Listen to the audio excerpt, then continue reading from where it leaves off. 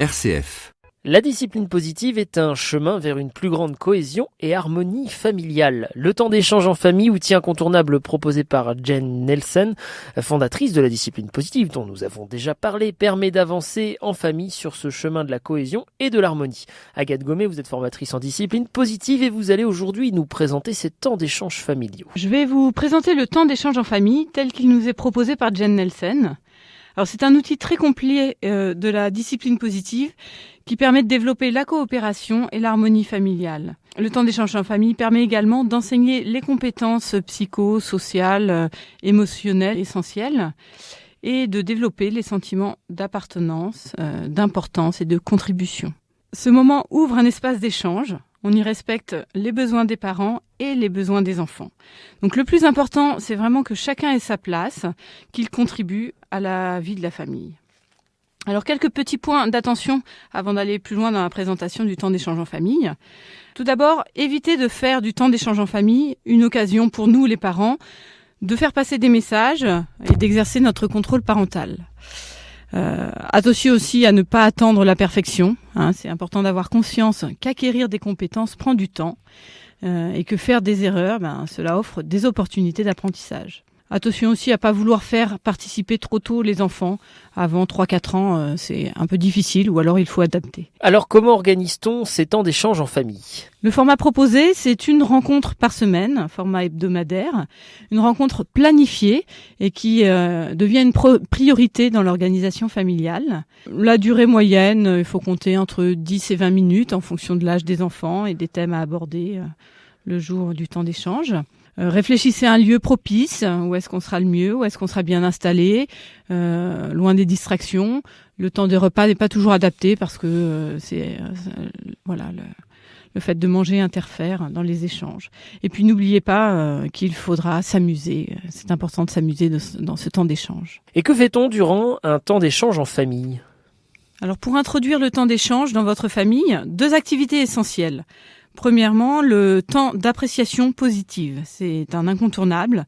Donc à tour de rôle, chacun va partager une chose qu'il apprécie chez chaque membre de la famille. J'ai apprécié de jouer avec toi, je te remercie de m'avoir emmené, des petites phrases comme ça. Les parents participent également, ils peuvent remercier les enfants et se remercier mutuellement. Cette activité permet de goûter à la gratitude, de rentrer dans un cercle vertueux. Plus on va exprimer la gratitude, plus on va la ressentir. Ça permet d'ouvrir le cœur, de créer un climat positif, de confiance. On fait un tour de table et puis on peut aider un enfant qui a un peu de mal à trouver. On peut lui suggérer des idées ou des débuts de phrases. Deuxième temps incontournable, la planification d'une activité en famille pour la semaine. Là encore, on retrouve l'idée de renforcer la cohésion familiale. Et c'est tout ? Alors, quand les 2 activités précédentes sont bien installées, que la famille a maintenant l'habitude de partager des appréciations positives, on peut introduire progressivement la recherche de solutions. Alors attention, le temps d'échange en famille ne doit pas être un tribunal. C'est important de se centrer sur les solutions, sur l'avenir, et non sur la recherche de coupables et sur le jugement. Donc les problèmes personnels abordés peuvent être généralisés pour ne pas focaliser sur certains membres de la famille. Comment s'y prend-on pour faire une recherche de solutions ? On part d'un problème du quotidien, si possible proposé par les enfants. Par exemple, le rangement de la salle de jeu, ce sont toujours les mêmes qui rangent. Après, on va lister le maximum de solutions possibles. Toutes les idées sont notées, même les plus loufoques. Payer quelqu'un pour ranger la salle de jeu, par exemple. On écrit toutes les idées sans les discuter. Et si quelqu'un s'oppose à une idée, on rappelle que pour l'instant, on les accueille toutes. Ensuite, s'assurer que les solutions sont reliées au problème, qu'elles sont logiques, qu'elles sont raisonnables, qu'elles sont respectueuses et aidantes. Si ce n'est pas le cas, discuter du pourquoi et rayer l'idée inappropriée. Et pour finir, choisir en famille une ou plusieurs solutions que tous sont prêts à essayer.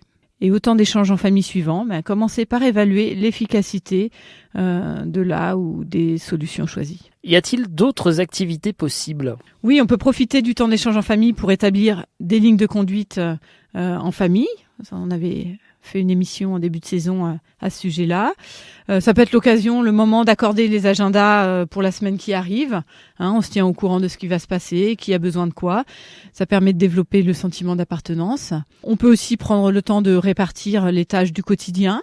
C'est l'occasion aussi de préparer des situations telles que des vacances, une sortie, des courses. Et Jen Nelsen nous invite à conclure par quelque chose d'agréable, un jeu, une charade, un dessert. Puis après, vous pouvez pimenter vos temps d'échange en famille, inventer une devise de la famille, organiser une semaine du compliment, réaliser un cadran des émotions, enfin voilà, plein d'idées de mise en situation. Et sur le plan organisationnel, vous avez des astuces à nous donner? Je vous invite à répartir les rôles. On peut prévoir un président, un secrétaire. Là encore, ça nourrit le besoin de contribution, de pouvoir des enfants. On peut utiliser un bâton de la parole. Celui qui a le bâton a la parole et puis on fait tourner. Mettre en place également un ordre du jour.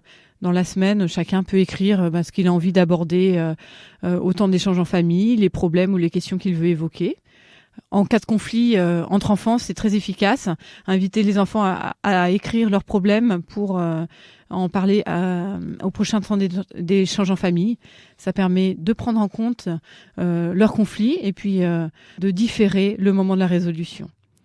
Et puis on peut même mettre en place un cahier du temps d'échange en famille. Comme ça nous permet de garder une trace de ce qui a été décidé. Je vous invite donc cette semaine à tester le temps d'échange en famille avec un tour d'appréciation positive. Bonne route sur les chemins de l'harmonie et de la cohésion familiale.